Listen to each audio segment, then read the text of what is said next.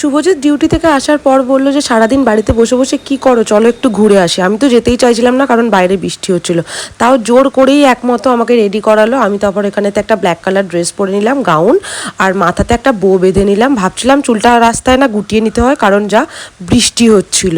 তারপরে তো আন্দুল বাজার চলে গেলাম। আন্দুল বাজার তো যেমন ভিড় হতো, বিশ্ববিখ্যাত, ওর জামের কোনো শেষ নেই। তার মধ্যেও বৃষ্টিতে যেহেতু একটু জাম কম ছিল, তাই জন্য আমরা বাজার দিয়ে ঢুকলাম, নাহলে আমরা বাজারটা অ্যাভয়েড করি। তারপর আমার ওষুধ কেনার ছিল, ওষুধ কিনেই চলে গেছি একদম ফাস্টফুডের দোকানে। ফাস্টফুডে থেকে খেয়েছি আমরা ফিশ ফ্রাই, আর একটা পোলাও নিয়েছিলাম। পোলাওটা রেকর্ড করা হয়নি, পরে কোনো দিন দেখাবো। আর ফিশ ফ্রাইটা কিন্তু ভীষণ ভালো ছিল, ভীষণ, মানে পিওর ভেটকি মাছের ছিল।